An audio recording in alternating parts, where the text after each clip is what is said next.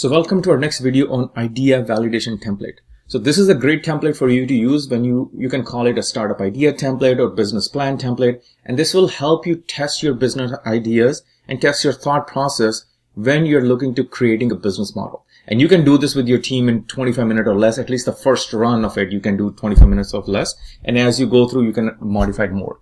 So this was really helpful when you're looking to start your business and you have multiple ideas in your head that should I go with idea A, idea B, idea C. This template will help you get clarity in your head regarding any specific idea. So it makes it easier for you to pick and choose. It'll also help get your team on board because the team will see your clarity of your thought.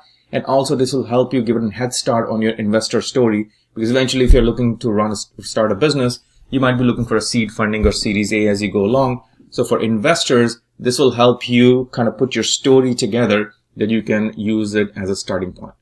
So let's take a look at the first thing. The first thing is you need to define what the problem statement is. Like, what problem are you solving and for whom? And the business value you're delivering with this problem. So are you going to help your prospect or your future customers make more money? Are you going to help them save money or time or both? Because making money is very different than saving money. So it's good to have a clarity on those things. Or are you going to help them get to the next milestone? Example, if it's a seed company or Series A company, B company, they're starting out or they're venturing into a new vertical, is your product or your tool going to help them with their growth objectives, right? Another thing really nice we should definitely look into is your product or service going to be nice to have, or is it going to be a must have? So does the customer need your product to run their day-to-day business? Or is this something nice to have? So let's look at, for example, if you're creating a data management or data platform, is your tool helping your prospects transfer data from A point to point B, and that is they need it to run their day-to-day business? Or is it tool being used to transfer data from, let's say, Facebook ads or Google ads and create dashboards? Because that process is kind of nice to have, but transferring data from point A to point B, if the customer is working with different partners, that is something they would need to run their business. So then it becomes very, very critical. So then it's like, it's a must have versus a nice to have. So it's really good to get clarity on those certain things as you go along. So what is the current solution? How is your customer currently solving that problem? So don't think about the stuff that, hey, your product is going to be brand new. Customer has never done this before. Customer is solving that existing problem one way or the other. One is maybe they are doing manual work. Maybe they have their interns, maybe they have their marketing managers or engineers doing a lot of manual work to do those current tasks. Or they might be using some tool which is not that easy to use, or maybe they're using multiple tools, kind of duct tape them together. So the challenge is with tools that they're like pain to use, they're expensive, they break down all the time, you cannot scale. So what is the current solution? How is your prospect or your future customer solving their problem as of today? So getting clarity on the thing will be very useful, because then you can use that information to create your product, your solution to attack and solve exactly those problems for your customer. So now when you figure out what the problem is, you know how they're currently dealing with the problem. Now this is the place, this is your playground. This is where you're going to look into what your solution is going to look like. How will your product will be different? What is your unique value proposition? So is your product going to have better product? Maybe it's going to have more features. Maybe it's a new way of doing that particular work. Is it cheaper? Is it easier to implement? Because a lot of these products become, especially when you look into the data field, it becomes really challenging to implement and get those things onboarding. So we were selling, my previous role, we were selling products to local governments. So local governments had these videos and these meeting minutes that goes down for like 20, 30 years. So when we wanted to implement a product, it was a really big lift for that IT department to take the existing, recording videos, meetings, minutes, and all that they have worked with the residents to move into our platform. So that was a very hiccup for them. But we offered it like, hey, our IT department will handle all of that for you. You don't have to do anything. So are you also helping them implement the product? And then moving forward, as those new videos or new things get added to your customer's database, how easy it becomes to implement into your system, and then also how easy or difficult it is to implement your product into their current workflow, right? Are you going to provide a better customer service, or are you going to save time? So ideally you want some permutation combination of pretty much all of these bullet points over here, but you need to kind of define why your product is going to be different. Why will a customer swipe a credit card to buy your existing product? Why it will be better than the process they're actually doing as of today. So actually please do subscribe to our channel if you like this video so far, and don't forget to like this video. Kind of keeps me motivated to do more videos and products for you, right? So keep moving forward. So next one is revenue model. Like, how are you going to make money? You know, you're starting a business to make money. It's not a non-profit. It's not a charity. I mean, nothing against that. It's really great business models to do. But if you're starting business to make money, how are you going to do that? Are you going to offer annual licenses to your prospects? Is it a pay-as-you-go model, or pay per user per month? Example, Slack or Salesforce, and there are multiple tools these days like that. Or is it a one-time lifetime purchase that they just purchase it one, last them for next 10, 15, 20 years, right? Or is it like an ad revenue where you are going to get lots of users on your platform and then you're going to charge other people or other companies to reach your users on your platform? So like this, just basically ad revenues like Facebook, LinkedIn, like those platforms do. So understanding what your revenue model is going to look like, that will also help you determine which idea to pick for, which business model to pick for, and then how your go-to-market, your GTM strategy is going to look like based on that. Next one is look into what your market size is. What are the reference points around the market size, and what is the willingness to pay of those people? So I'll do another video on calculating how to do TAM, but this is something to keep in mind, that is your TAM, which is like total addressable market, is it 50 million? Is it 100 million? Is it 500 million? Is it 1 billion? And realistically, how much of the TAM you think you can capture in first year, 3 years, or 5 years, right? So having an idea around those things will be very useful, because this is one of the things that investors are going to look at, that if I'm going to give you, $2 million or $5 million to get you started, is your TAM big enough that I can 10x my money, right? So spend a decent amount of time on this thing. Next is your target persona. Like, who are the key decision makers and how do they measure success? Right? So you got to figure out which company you're going to sell to. Then you got to figure out which are these target personas. So for example, and there are different type of personas in each company. One is the budget holder. This is the person most likely as a VP or a C level. This is the person who has the budget for the whole team. Is there enough budget within that company to buy for your product? And that will also determine what type of revenue model you pick. Because if it costs, $10,000 a month to use your product, there might be some hesitancy. Or does it cost, $50 per user per month, and the company, typically the department you're selling only has like 5 users, 10 users, then it's not that expensive that somebody can really write it off, right? Who's going to implement your product into the workflow, and how easy or difficult it is to implement the workflow? I gave you an example of the previous company we're working with.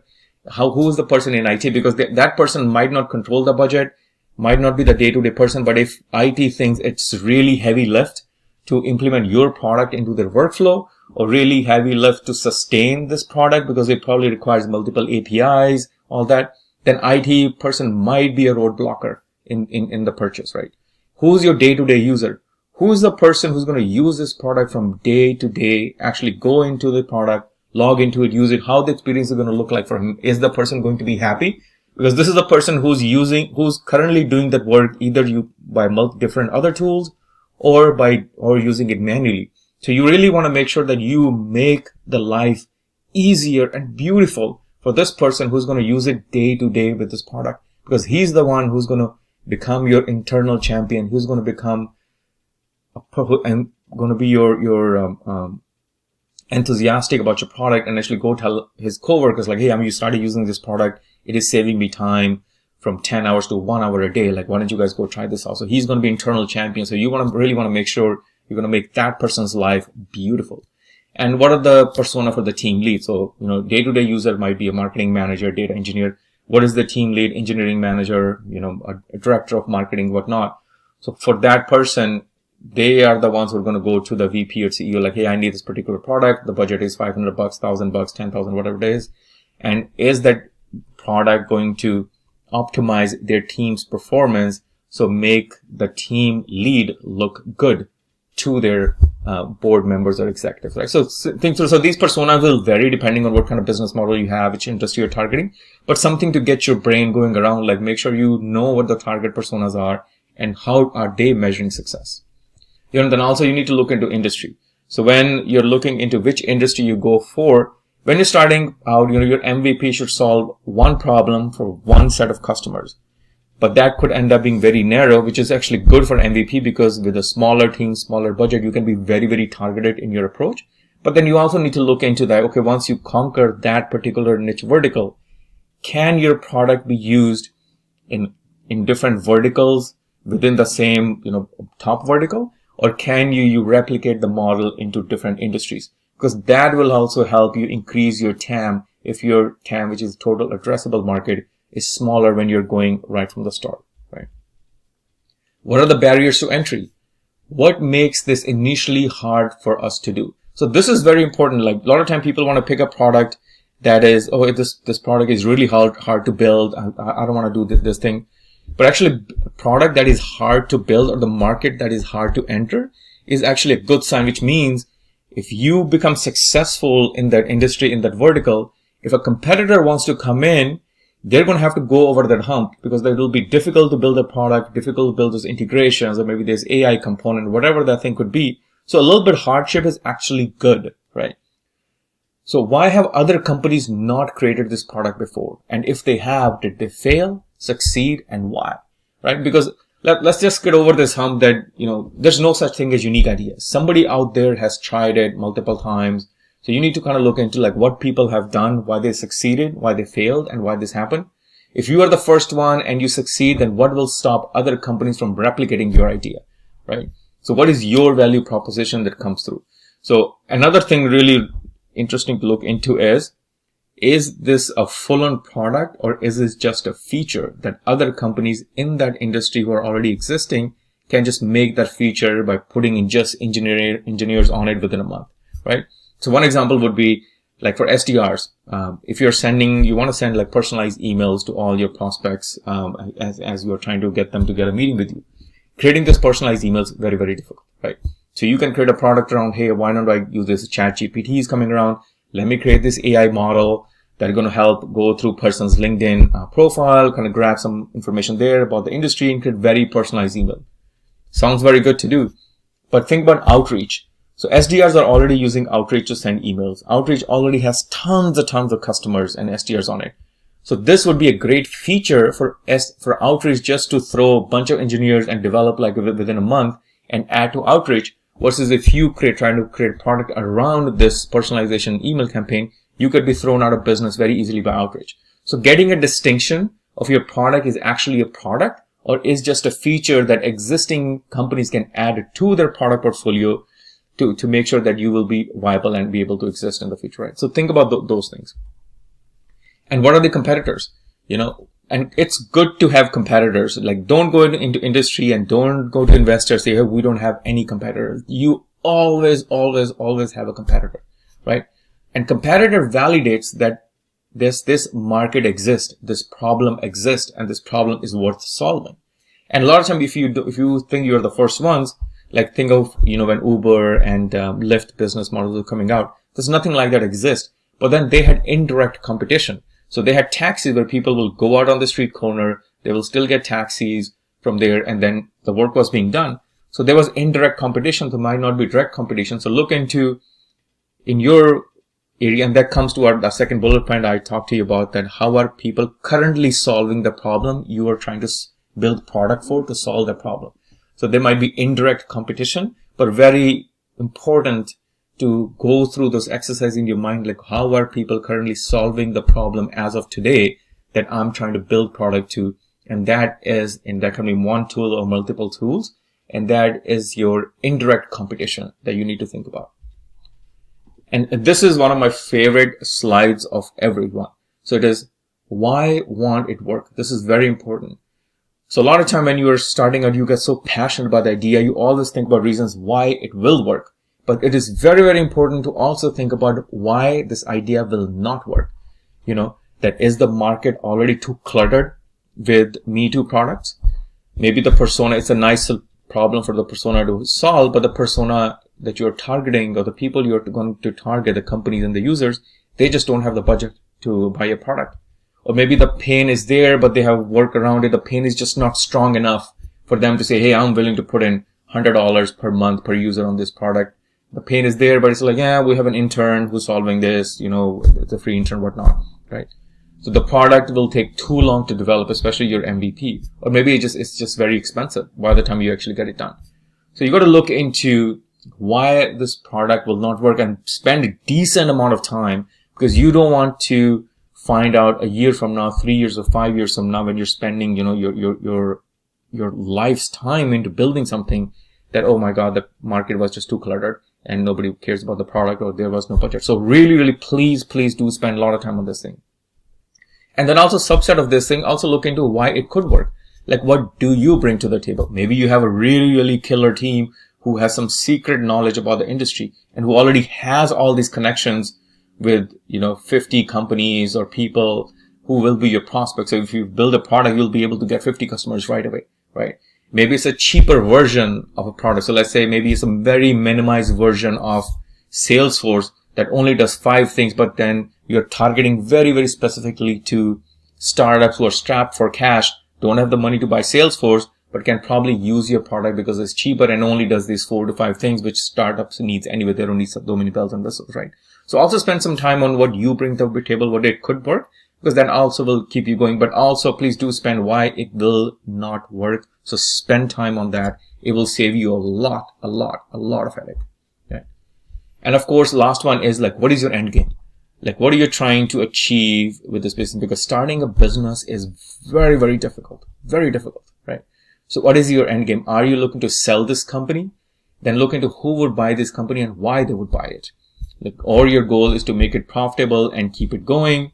That's great too. Or is your goal is to potentially go IPO in next, 10 years or so? Because these things will help you determine what your business model is going to look like. Where are you going to be focused on your GTM strategy? Because if you're looking to make it profitable, then you probably be like, hey, I want less amount of customers, but paying customers. If you want to go to IPO, then your goal is like, hey, I don't care that much about making money because I'll get money from investors. But then my goal is to go IPO in 10 months. So let me get as many users as many people on it, even though I'm losing money as a company. Or your goal is like, hey, I'm going to sell this company to some bigger company. So then you're like, let me make this one tiny product that does one tiny thing for one set of customers that my bigger company is not focusing on. So I get all these customers here, get them onboarded, even though I'm not making money is okay, because my goal is to sell the set of users to a bigger company, and that's fun. And all these things are totally valid, and they will change as you go through, but something to keep in mind as you're starting out. So these are just a couple of things I wanted to mention. Go through this thing, and I will drop a link in the notes as for you, where you can download this presentation and also download this template so you can use it. And if you have any questions, do please leave them in the comments and I'll be more than happy to answer. So I hope this is helpful, and thank you very much. And this will help you get your, creating your business model and your business plan template, hopefully to get things clarified in your head. So thank you very much and have a great day.